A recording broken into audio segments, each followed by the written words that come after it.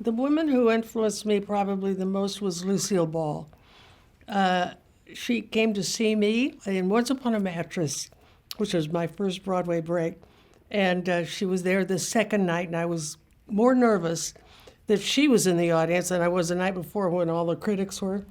And she came backstage and sat and we talked for a half hour. And she was so supportive. And she said, "Kid," called me kid. She was 22 years older than I was. And she said, "Kid, whenever you need me, give me a call."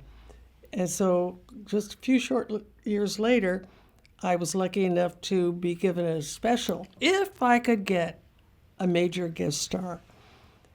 And I got up the nerve and called her. And she said, "Hey, kid, you're doing great. What's happening?" And I was so nervous and I kind of flustered. I don't know what. And she said, "When do you need me?"